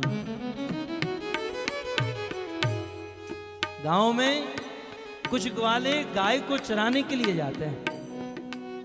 एक ग्वाले के पास अनेकों गाय होती है और गाय वन में घास को खाती रहती है, चरती रहती है। और जब संध्या का समय होता है, उस सैकड़ों गाय को जब वापस घर की ओर लेकर जाना होता है, तब वो ग्वाला एक वृक्ष के नीचे खड़ा रहता है और उन गायों के नाम को पुकारते हैं, हे गंगे, हे कारी, हे धोरी, हे यमुने। गाय के नाम को रख रख कर उनको पुकारता है और गाय अपना नाम सुनकर तुरंत दौड़ी चली आती है। हम आपको इतना ही कहना चाहते हैं, इस सृष्टि का एक साधारण पशु के नाम को पुकारो तो वह दौड़कर हमारे पास चला आता है। यदि प्रेम से, भाव से भगवान के नाम को पुकारेंगे तो वह दौड़कर हमारे पास क्यों नहीं आएंगे, अवश्य आएंगे भाव से। हरे कृष्णा कृष्णा कृष्णा हरे हरे, हरे राम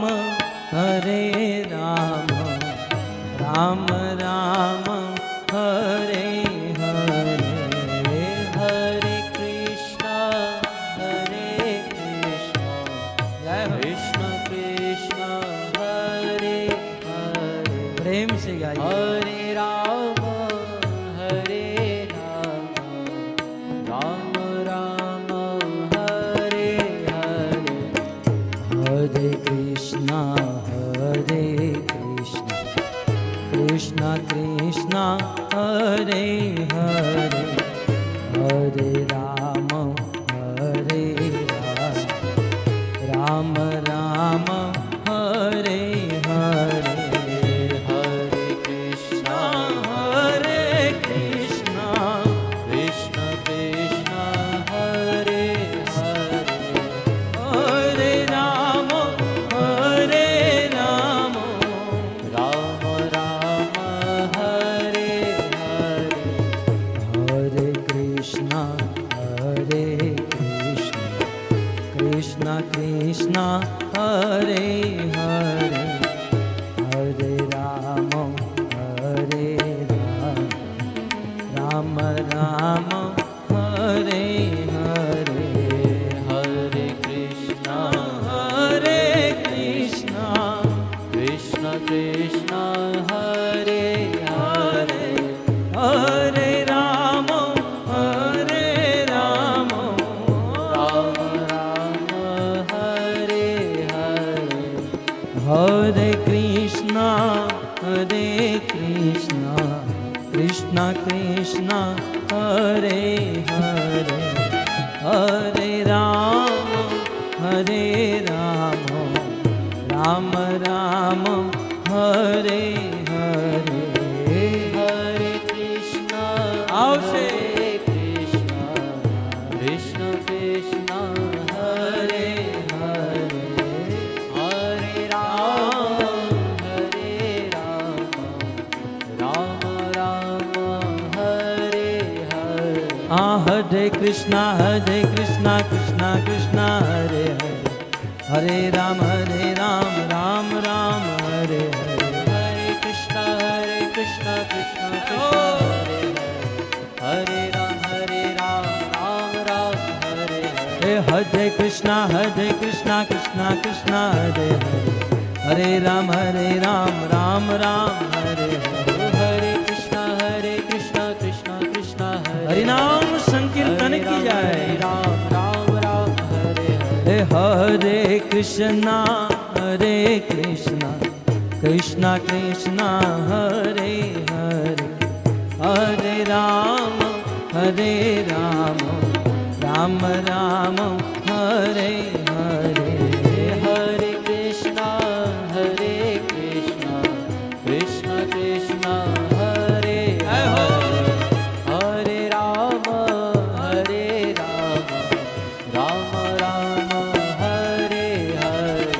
हरे कृष्णा कृष्णा कृष्णा हरे हरे, हरे राम राम राम हरे हरे।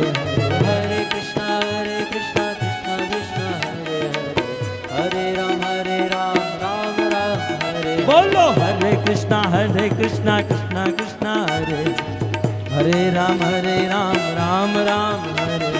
हरे कृष्णा कृष्णा कृष्णा हरे हरे, हरे राम राम राम हरे हरे।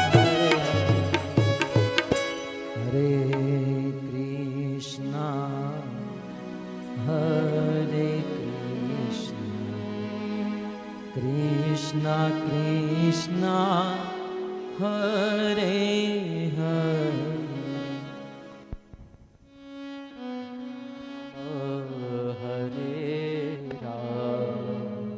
राम राम हरे हरे। योग धर्म हरिनाम संकीर्तन की जय शील प्रभुपाद की। जय। इस प्रकार महाराज परीक्षित ने कलयुग को स्थान प्रदान किए। धीरे धीरे समय बीतता गया। एक दिन की बात,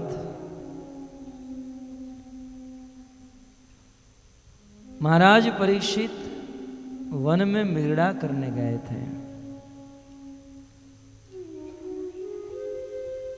शिकार करते करते घोर वन में चले गए।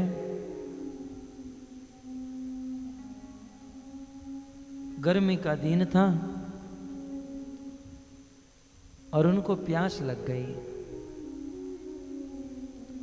कहीं कोई जलाशय नहीं मिला। वहां वन में समीक ऋषि का आश्रम था। महाराज परीक्षित उस समीक ऋषि के आश्रम में गए जल पीने के लिए। आश्रम में गए तो समीक ऋषि ध्यान में बैठे थे। महाराज परीक्षित ने सोचा पूरी दुनिया का राजा इनके घर पर आया तो स्वागत करना चाहिए, ये ध्यान में बैठ गए। अब वास्तव में ध्यान में बैठे हैं कि ध्यान में बैठने का नाटक कर रहे हैं यहाँ के कुछ श्रोताओं की तरह। कई बार ऐसा होता है। कभी कभी कथा में या जब मंगला आरती के बाद हरिनाम जप करने के लिए बैठते हैं तो कभी कभी जप करते करते जबकि आ जाती है, नींद आ जाती है, या कथा सुनते हुए नींद आ जाती है। तो बाजू वाला बेचारा कृपा करता है, सोए हुए को जगाता है। लेकिन जैसे जगाता है तो इतना घूर के देखता है, बिल्कुल अपनी आंखों से अभी जलाकर भस्म कर देगा। और वो ऐसा प्रस्तुत करना चाहते थे कि मैं सो नहीं रही थी, ध्यान कर रही थी। आपको नहीं, मैं ध्यान में बैठा था, जपा करते करते भगवान का ध्यान हो आया। और कई बार हमने देखा है जप करते करते यदि किसी को जप की आ गई तो आंख खुलती है तो तुरंत बाजू में देखते, किसी ने मुझे देखा तो नहीं। आज के भक्तों को भगवान का उतना भय नहीं, उतना भक्तों का भय है।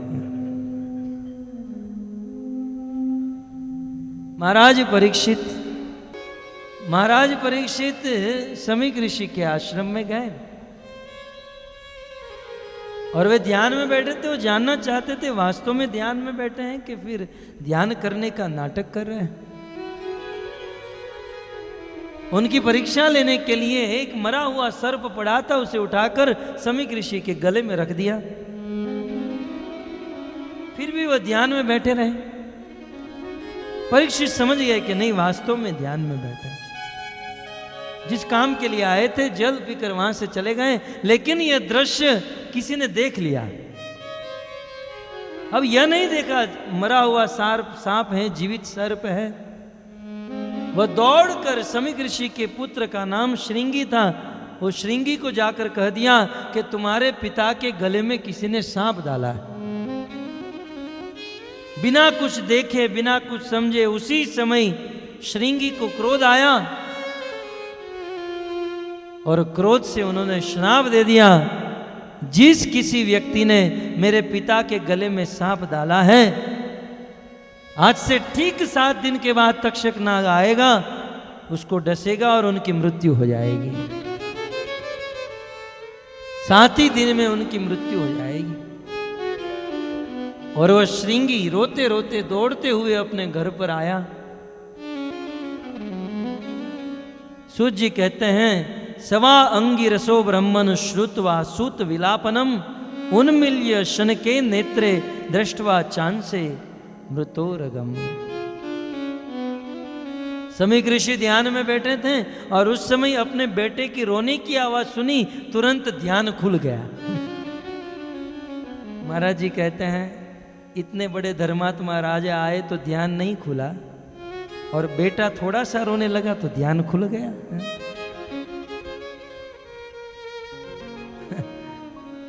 यही हालत संसार के गृहस्थों की है। अपने छोटे से बच्चे को लेकर मंदिर में जाते हैं भगवान का दर्शन कराने के लिए, ठाकुर जी के सामने खड़े हैं, लेकिन दिल पर हाथ रखकर पूछिए कि मन ठाकुर जी में है कि बच्चे में है? सत्य कहे, भगवान से ज्यादा मन उस बच्चे में है। कारण क्या है? क्योंकि उस बच्चे के साथ हमारा संबंध है, और वो जो खड़े हैं ना, उनके साथ संबंध नहीं जोड़ा है। जहां संबंध होता है वहां प्रेम होता है। इसलिए तो भगवान इस पृथ्वी पर आते हैं, ऐसी ऐसी लीला करते हैं ताकि भक्त लोग भगवान से संबंध जोड़े।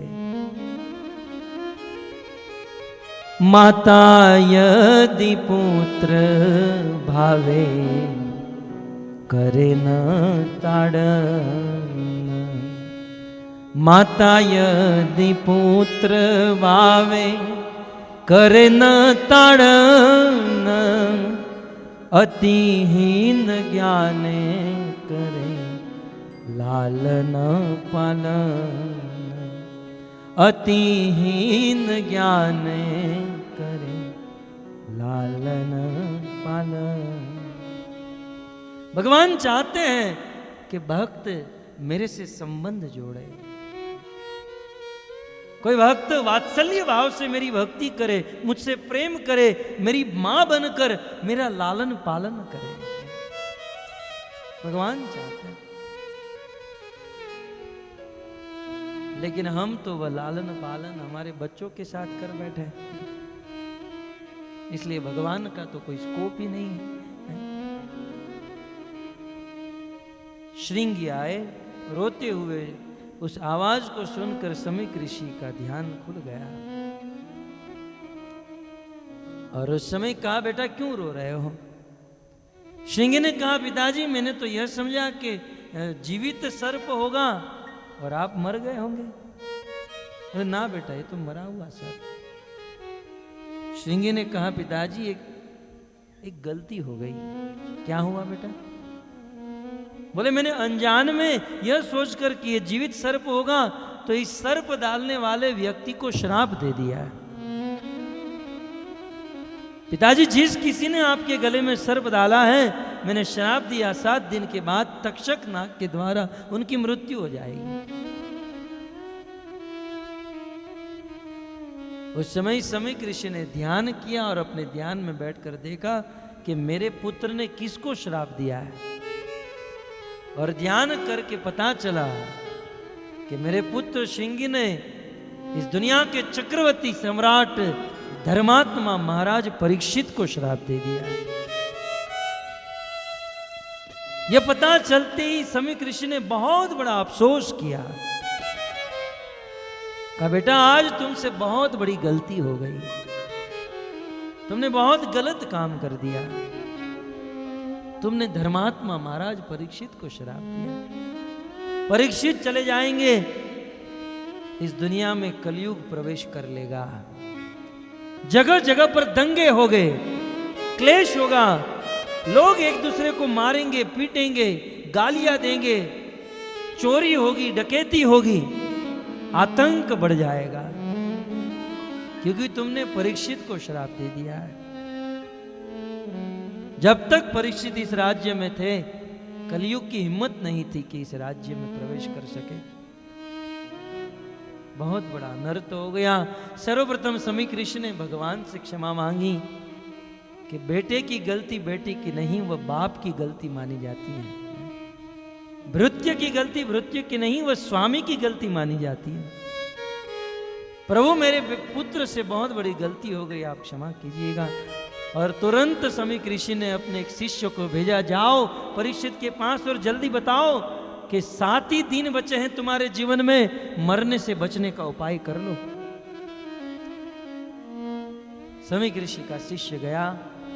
महाराज परीक्षित राज्य में पहुंचे ही थे, तब तक तो समीक ऋषि का शिष्य पहुंच गया और कहा महाराज एक बुरी खबर लेकर आया हूं। बोले बताओ क्या हुआ? बोले महाराज आपको श्राप मिला है, श्रृंगी ने आपको श्राप दिया है, 7 दिन में आप मर जाओगे। इतना सुनकर तो महाराज परीक्षित प्रसन्न हो गए। भागवत में वर्णन, बिल्कुल प्रसन्न हो गए। महाराज परीक्षित मन ही मन में सोच रहे थे कि मेरे द्वारा उस ऋषि मुनि का अपराध हो गया है और उस अपराध का फल इसी जीवन में मिल जाए तो बहुत अच्छा है। यदि हमसे कोई गलती हुई है और उसका दंड इस जन्म में यदि नहीं मिलता है तो मरने के बाद कई गुना ज्यादा उस दंड को भुगतना पड़ता है। महाराज परीक्षित मन ही मन में सोच रहे थे कि मेरे से गलती हुई, मुझे दंड मिलना चाहिए। तब तक तो ये आ गए, दंड दे दिया, प्रसन्न हो गए और कहा कि ये श्रृंगी ऋषि ने मुझे श्राप नहीं दिया, ये मुझे बहुत बड़ा वरदान दिया है। क्योंकि भगवान जब अपने भक्त के ऊपर कृपा करना चाहते हैं तो सीधे नहीं करते, बांसुरी बजाते हुए मैं आ गया कृपा करने के लिए, ऐसे सीधा नहीं कहता। चैतन्य चरितामृत में लिखा है कि भगवान यदि अपने भक्त पर कृपा करना चाहते हैं तो किसी भक्त के माध्यम से, किसी वैष्णव के माध्यम से, किसी साधु के माध्यम से कृपा करते हैं। बोले मैं तो इसे भगवान की कृपा समझ रहा हूं, भगवान की बहुत बड़ी कृपा हो गई। ये समझकर महाराज परीक्षित चाहते तो इस मृत्यु से बचने का उपाय कर सकते थे, लेकिन ऐसा नहीं किया भक्तों। मृत्यु से बचने का उपाय ये तो आसुरी विचार है। असुर का लिस्ट निकाल कर देख लो, जितने भी असुर थे सब लोग अमर बनना चाहते थे। हिरण्याकश्यप, रावण, सहस्त्रबाहु, जितने भी थे। परंतु भक्त जो होते हैं वे मृत्यु को टालने का प्रयास नहीं करते, मृत्यु से बचने का प्रयास नहीं करते, भक्त अपनी मृत्यु को संवारने का प्रयास करते हैं। महाराज परीक्षित ने मृत्यु को टाला नहीं, मृत्यु से बचने का उपाय नहीं किया, मृत्यु से संवरने का उपाय किया। जैसे ही महाराज परीक्षित को पता चला कि अब मरना है तो तुरंत महाराज परीक्षित ने सबसे पहला निर्णय लिया, यदि मरना ही है तो घर पर नहीं मरूंगा। मरना भलो विदेश में जहां न अपना कोई, माटी खाए जनावरा महा महोत्सव होई। यदि मरना है तो घर पर नहीं मरना चाहिए, तुरंत घर को त्याग देना चाहिए। महाराज परीक्षित ने निर्णय लिया कि घर पर नहीं मरूंगा, इस घर को छोड़ दूंगा। सत्य बात है, आज तो संसार में आदमी मरता है तो भी घर पर मरता है। जानते हैं स्थिति कैसी होती है? एक तो बूढ़ा कई महीनों से परेशान करता है अपने बच्चों को, ये दवाई लेकर आओ, ये लेकर आओ, वो लेकर आओ। बच्चे भी बेचारे सेवा करते हैं, लेकिन साथ ही साथ भगवान को प्रार्थना करते हैं, प्रभु अभी से उठा लो। खुद परेशान हो रहा है, हमें भी कर रहा है। और धीरे धीरे धीरे धीरे मोमबत्ती की तरह पिघलते जाता है। एक दिन सांस बढ़ने लगती है, डॉक्टर साहब को बुलाते, डॉक्टर साहब देखो जरा। डॉक्टर करते बस केवल 4 घंटा बचे हैं। तब उनके जो बच्चे होते हैं तुरंत फोन करते हैं, अब आ जाओ, दिल्ली से आ जाओ, मुंबई से आ जाओ, यहाँ से आ जाओ, बेटी आ जाओ, बेटा आ जाओ। पूरा समाज एकत्रित करता है। वो बूढ़ा चाहता है कि भगवान का स्मरण करूं। उस अंतिम घड़ी में इतना संघर्ष कर रहा है कि मैं भगवान का स्मरण करूं, लेकिन आ जाते हैं बेटे, बेटा तू आया, बेटी तू आई। अब जहां भगवान का स्मरण होना चाहिए वहां बेटी बेटे सामने खड़े रहते हैं, और उस बेटे को देखकर बूढ़ा अपना प्राण त्याग देता है। हम देखते ना, किसी के घर पर बच्चे का जन्म होता है तो उनके घर पे कुछ लोग आते कहते हैं ये तो बिल्कुल अपने दादा के ऊपर गया। वो दादा के ऊपर नहीं, वो दादा खुद आया है। वो दादा के ऊपर नहीं गया, खुद दादा ही तुम्हारे घर पर आया है। क्योंकि वो तो बेचारा जाना चाहता था वैकुंठ, आप लोगों ने नहीं जाने दिया है? सामने खड़े रह गए है? और यम यम वापि स्मरण भावम, मरते हुए जैसा स्मरण करोगे, जिसको देखोगे वैसा बनोगे है? तो भ्रम में मत रहेगा, मत रहिएगा दादा कि जैसा लग रहा है। वो दादा खुद है, वो बूढ़ा खुद बेटा बनकर आया। तो महाराज परीक्षित ने निर्णय लिया। सूरदास जी भगवान श्री कृष्ण के परम भक्त हैं। सूरदास जी ने बहुत सुंदर पद लिखा है। महाराज जी परीक्षित की आगे की कथा सूरदास जी के कुछ पदों में हम श्रवण करें। या विधि राजा करियो विचार, या विधि राजा करियो विचार, राज साज सब ही को डारी, राज साज सब ही को डारी, जीरन पट कुपित तनदारी, जीरन पट कुपित तनधारी, जीरन पट कुपित तनदारी, जीरन पट कुपित तनधारी, चलो सुर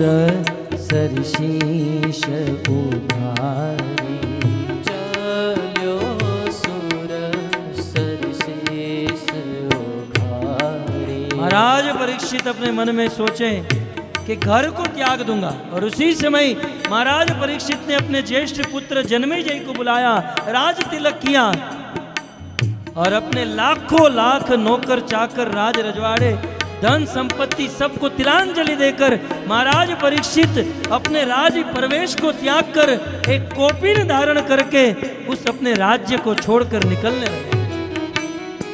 कहां जाने के लिए निकले? सूरसरी, जो देवताओं के लोक से नीचे आई है, वैसे गंगा के तट पर जाने के लिए महाराज परीक्षित निकल पड़े। जब जा रहे थे तब महाराज परीक्षित की प्रजा उनको रोकने लगी, उनकी पत्नी, उनके बच्चे, सब लोग रोकने लगे। लेकिन आज महाराज परीक्षित के हृदय में वैराग्य हो चुका है, किसी के रुकने से रुकने वाले नहीं। निकल पड़े महाराज परीक्षित। धीरे धीरे चलते चलते गंगा के तट पर आ गए और सर्वप्रथम गंगा में स्नान किया।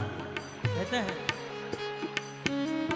करी संकल्प अन्न जल त्याग्यो, करी संकल्प अन्न जल त्याग्यो, करी संकल्प अन्न जल त्याग्यो, करी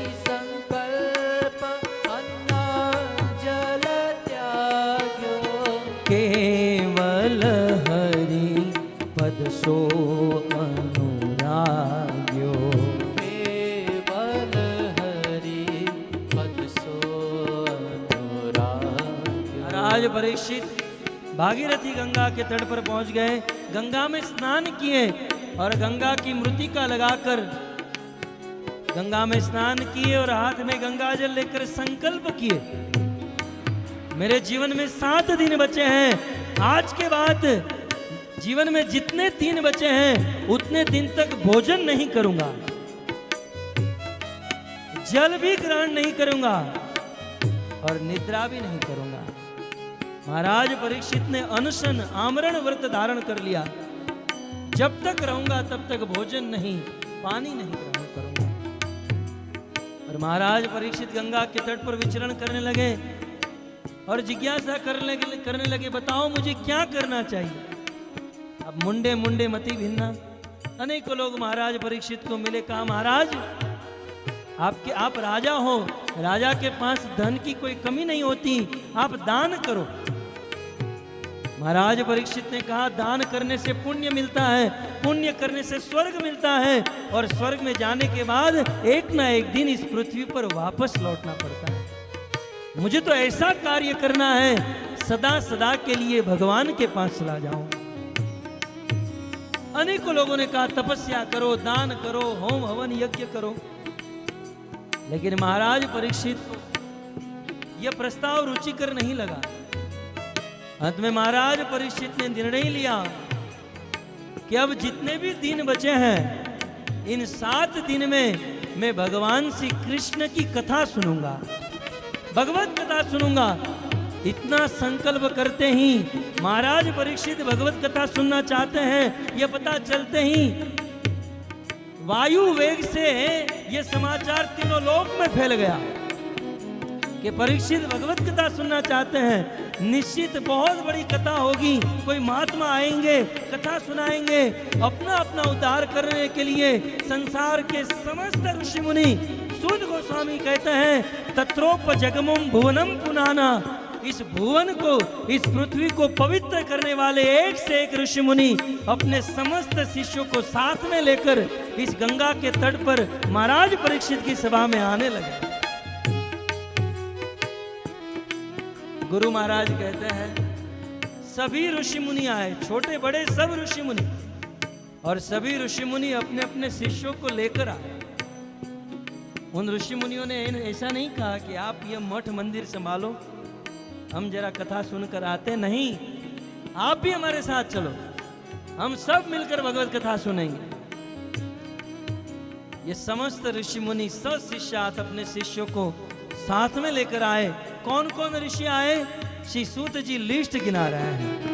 अत्रि वशिष्ठा दिक्कत आए, अत्रि वशिष्ठा दिक्कत आए, नारद दादि मुनि सिधाए, नारद गादि मुनि सिधाए। महाराज परीक्षित भगवत कथा सुनना चाहते हैं।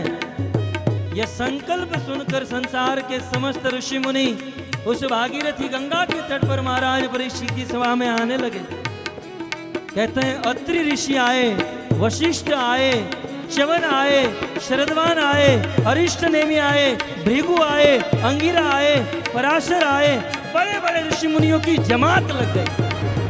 महाराज परीक्षित इन ऋषि मुनियों का स्वागत करने लगे, प्रणाम किए और सबको सुंदर आसन प्रदान किए। और उस सभा में विश्वामित्र आए, परशुराम आए, उच्च आए, इंद्र ब्रह्मद आए, इद्मवाह, मेधातिथि, देवल, आष्टिशेन, भरद्वाज, गौतम, पिपलाद, मैत्रेय और कवश, अगस्त्य, नारद, एक से एक ऋषि मुनियों की जमात लग गई। और उस समय महाराज परीक्षित उस ऋषि मुनियों की सभा में कहते हैं कि आज चाहे तक्षक नाग आए, चाहे साक्षात काल भी क्यों न आ जाए, मुझे किसी का भय नहीं है, क्योंकि ऋषि मुनियों के बीच में बैठा हूं, भागीरथी गंगा के तट पर खड़ा हूं। आज मुझे मृत्यु का कोई गम नहीं है, लेकिन है ऋषि मुनियों, आप मुझे भगवत कथा सुनाओ, गायत्र विष्णु गाथा। लेकिन भक्तों, ये ऋषि मुनि कथा सुनाने के लिए नहीं, कथा सुनने के लिए आए। उस सभा में सन्नाटा छा गए, सन्नाटा छा गया। महाराज परीक्षित भगवत कथा सुनना चाहते हैं। इस संसार में जब किसी भक्त के मन में सत्य संकल्प होता है, जब किसी भक्त के मन में शुद्ध इच्छा होती है, तब भगवान की कृपा से उसे शुद्ध गुरु की प्राप्ति होती है। महाराज परीक्षित के मन में शुद्ध इच्छा हुई और उसी समय भगवान के योग से इस पृथ्वी पर स्वतंत्र गति से विचरण करने वाले, दिव्य लक्षण वाले आत्मराम, आप्तकाम, मुक्तकाम, प्रातः स्मरणीय, परम आदरणीय, भागवत भूषण, भागवत रत्न, भागवत प्रधान, भागवत भास्कर, वैयासकी, व्यास नंदन, परम विरक्त चूड़ामणि श्री सुखदेव गोस्वामी उस सभा में प्रकट हो गए।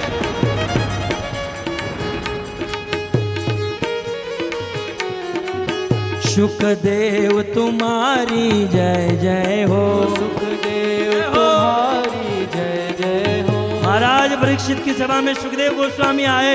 सब लोग अपने अपने स्थान पर खड़े हो गए। जब ऋषि मुनि खड़े हो गए तो हमें भी खड़ा होना चाहिए।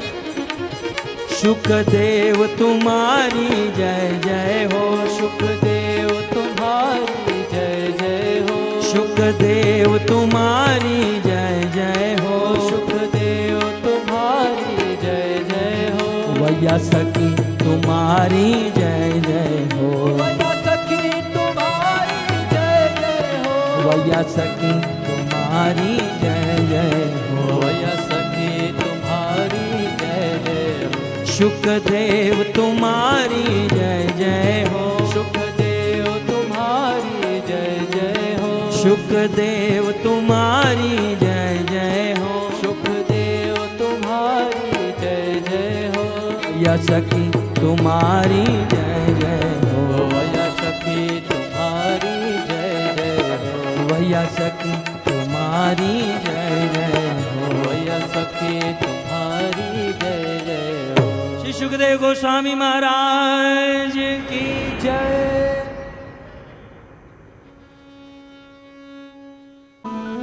महाराज परीक्षित की सभा में सुखदेव गोस्वामी आए हैं। उनके प्रभाव को देखकर सब लोग खड़े हो गए, प्रणाम किया। लीलाशुकोशो वृषभानुजाया पवित्र चंचू प्रिय चुंबने एकांतिको नरहस्य पाठी गोलोक प्रसाद सदा निवास। महाराज परीक्षित की सभा में सुखदेव गोस्वामी आए। किस प्रकार आए, क्या हुआ, यह कथा कल सुबह 10 बजे हम सब श्रवण करेंगे।